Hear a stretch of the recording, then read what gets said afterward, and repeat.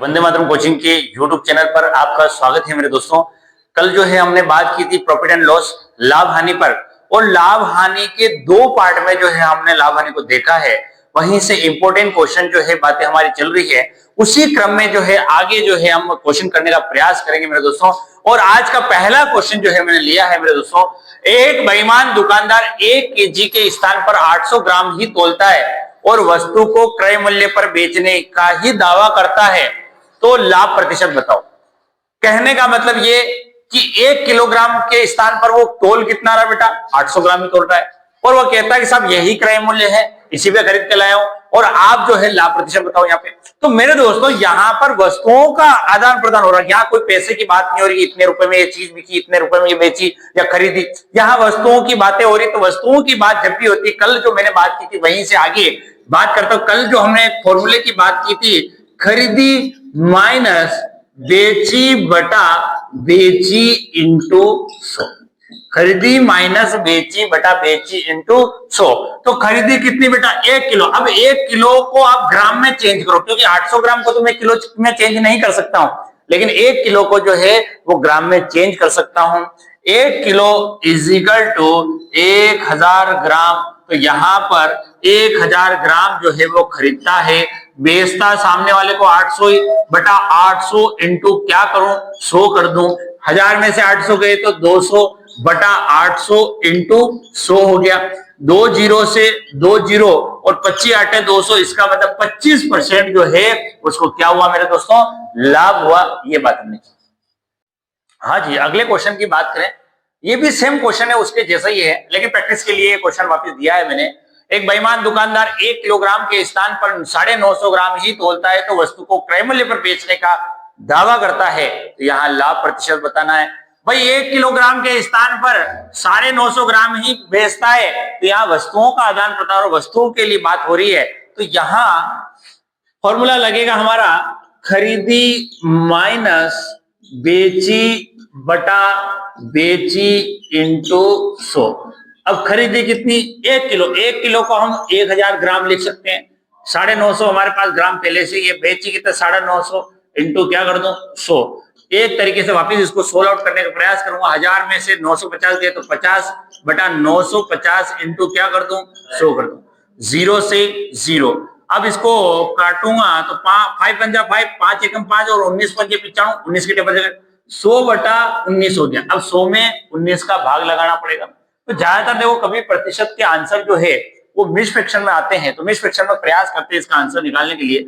100 में 9 का 19 का भाग लगा दें, 19 पंजे 95, कितने बचे 5, आंसर आया 5 सही 5 बटा 19% जो है उस व्यक्ति को, दुकानदार को जो है, बेईमान दुकानदार है, उसको क्या हुआ, लाभ हुआ। क्वेश्चन की बात करें मेरे दोस्तों, क्वेश्चन आया, बड़ा इंपॉर्टेंट क्वेश्चन है। सबसे ज्यादा अगर लाभ हानि से अगर क्वेश्चन आता है तो इस टाइप के क्वेश्चन ज्यादा आते हैं। ज्यादातर रीट में लेवल फर्स्ट में जो है ऐसे क्वेश्चन आते हैं, पटवारी में भी आ सकते हैं। 2 रुपए में 3 की दर से केले खरीदकर 4 रुपए में 5 की दर से बेच दिए, लाभ अथवा हानि प्रतिशत बताए। तो मेरे दोस्तों यहाँ समझने वाली बात है, यहाँ पर भी वस्तु खरीदकर वापिस बेच रहे हैं, तो फॉर्मूला वही लगेगा, लेकिन उसको कैसे सेट किया जाए उसकी बात करें तो मैं इसके 2 तरीके आपको बताता हूं। देखो, एक तरीका यहाँ ये लग सकता है कि आप क्या करो, ये 2 3 4 5 जो है इनका एलसीएम ले लो। एलसीएम लेके भी कर सकते। देखो, कभी भी एलसीएम की बात करें, एलसीएम कब लिया जाता है, जब बिखरी हुई चीजें होती है आपस में, उनको वापिस समेटने के लिए, एक उनका निकालने के लिए, एक भाई इनको समेट के किस जगह लावे, उसके लिए अपने को एलसीएम निकालना पड़ेगा। अब यहाँ 2 3 4 5 का भी अपने को क्या करना, एलसीएम लेना पड़ेगा। अब एलसीएम लेंगे इसका, 2 3 6 4 24 5 120 और अपॉन इज इक्वल टू 60, इसका क्या आएगा, एलसीएम आएगा। 60 क्या आएगा बेटा, एलसीएम आ जाएगा। अब 2 रुपए में 3 की दर से केले खरीद कर, तो 2 रुपए में 3 की दर से केले खरीद, तो यहां पर पहले हम निकाल लेते हैं क्रय मूल्य। तो 2 रुपए में 3 की दर से 60 गुणा किया, इसको किया 20, 20 दूनी 40, तो यहाँ क्रय मूल्य कितना निकल के आ गया, 40। कैसे निकल के आया, बिखरी हुई चीज को समेटने के लिए काम किससे करेंगे, एलसीएम से। मैं इसकी डायरेक्ट तरकीब भी बताऊंगा आपको, लेकिन पहले एलसीएम लेके कर रहे हैं। ये क्रय मूल्य का काम हो गया। इसी प्रकार से मैं विक्रय मूल्य की बात करूं, विक्रय मूल्य के लिए करें 4 रुपए में 5 की दर से, क्योंकि ये तो क्रय मूल्य की बात कर रहा है, ये विक्रय मूल्य की बात कर रहा है, 4 रुपए में 5 की दर से बेच दिए। तो 4/5 इंटू 60 वही एलसीएम, बोलो समझ आया।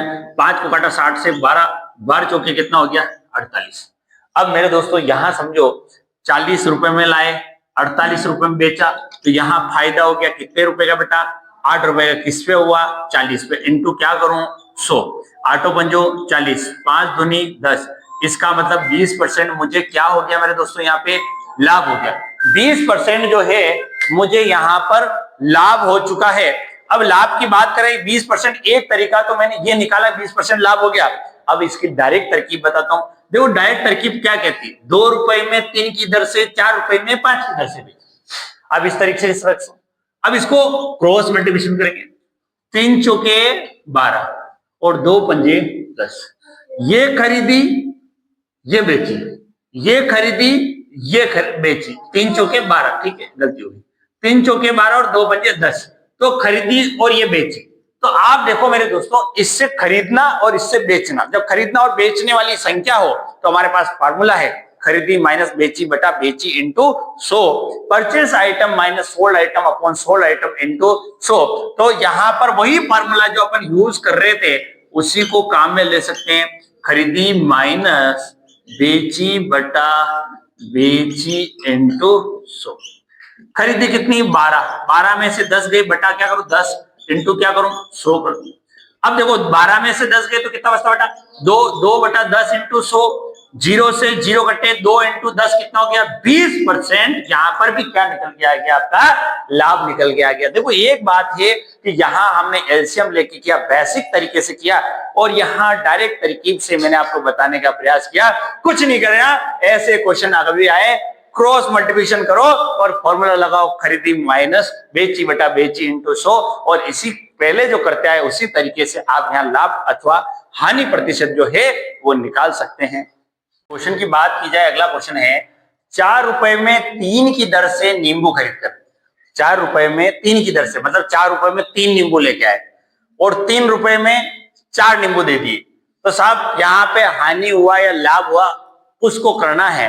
तो उसके लिए आपको मैंने अभी 2 तरकीब बताई कि आप एलसीएम लेके भी कर सकते हैं और क्रॉस वाले मल्टीप्लिकेशन से भी आप कर सकते हैं। तो मेरे दोस्तों यहाँ समझने वाली बात ये है, आप क्रॉस वाले जो है आपको तरकीब अच्छी लगी है तो 4 रुपए में 3 की दर से, 3 रुपए में 4 की दर से, इस तरीके से, तो इसको आपस में मल्टीप्लाई करो, इसको आपस में करो, 3 को 3 से गुणा करेंगे, 3 तिया 9, 4 चौके 16, फॉर्मूला वही लगाएंगे खरीदी माइनस बेची बटा बेची इंटू 100। अब खरीदी 9 माइनस 16 बटा 16 इंटू 100। अब यहां पर एक चीज दिमाग में आ जाती है कि यार सर माइनस में चीज आ रही, अब 9 में से 16, और भाई मैंने कल के पार्ट में भी ये बताया था, इसी टाइप के क्वेश्चन जो आए थे वहां मैंने एक बात की थी, माइनस चिन्ह ये बताने का प्रयास कर रहा है कि आपको हानि हुई है। 9 में से 16 गए, इसका मतलब माइनस का कितना रहा 7। अब माइनस का लिखने की जरूरत नहीं है आपको डायरेक्ट, और ये 16 है नीचे, 7 बटा 16 इंटू 100 करेंगे, 4 से काटा 4 चौक 16, 25 चौके 100, 25 साते 175 बटा 4, ये हो गया ठीक। अब 175 में 4 का भाग लगाना, कटना नहीं है, आप डायरेक्ट 4 चौक 16, रिमाइंडर बचा 1, 15, 4 तरी 12, कितना बचा 2, सॉरी 3, तो 43 सही 3/4% जो है मेरे दोस्तों यहाँ पर क्या हुई आपको हानि हो गई। इस तरीके से काम कर सकते हैं। यहाँ एलसीएम लेके आप कर सकते थे, ऐसी बात नहीं, लेकिन मेरे दोस्तों एलसीएम लेके आप थोड़ा लंबा पड़ जाता है, इससे अच्छा आप डायरेक्ट क्रॉस मल्टीप्लिकेशन करके खरीदी माइनस बेची बटा बेची फॉर्मूला लगा के आप लाभ अथवा हानि प्रतिशत निकाल सकते हो, इस टाइप के क्वेश्चन। क्वेश्चन जो है बड़ा इंपॉर्टेंट क्वेश्चन है।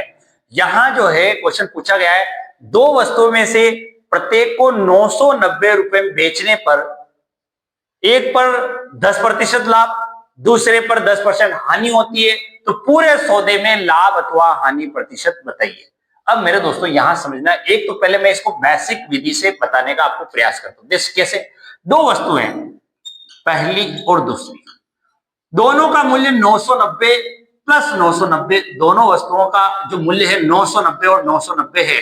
इसका मतलब अगर इनका प्लस करें तो 990 और 990, लेकिन अगर देखा जाए हमको क्रय मूल्य, पहले पूरा क्रय मूल्य निकालना पड़ेगा। एक पर क्या हुआ लाभ हुआ, 1 पर हानि हुई। तो मेरे दोस्तों मेरे को पता है कि क्रय मूल्य निकालने के लिए 100 का रखना पड़ता ऊपर। लेकिन पहले एक चीज बताता हूं, 990 रुपए में बेचे, फर्स्ट चीज की बात करूं, 990 रुपए में मैंने कोई चीज बेची और उसपे मुझे 10% लाभ हुआ।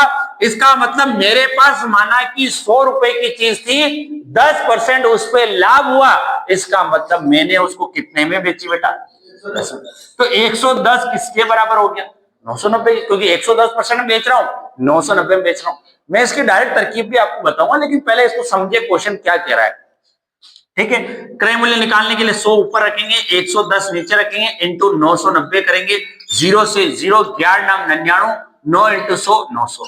इसका मतलब मैं पहली वस्तु को 900 में खरीद के लाया था और 990 में मैंने बेच दिया, क्योंकि उसने पहले कह दिया कि दोनों वस्तुओं को मैंने 990 रुपए में बेचा।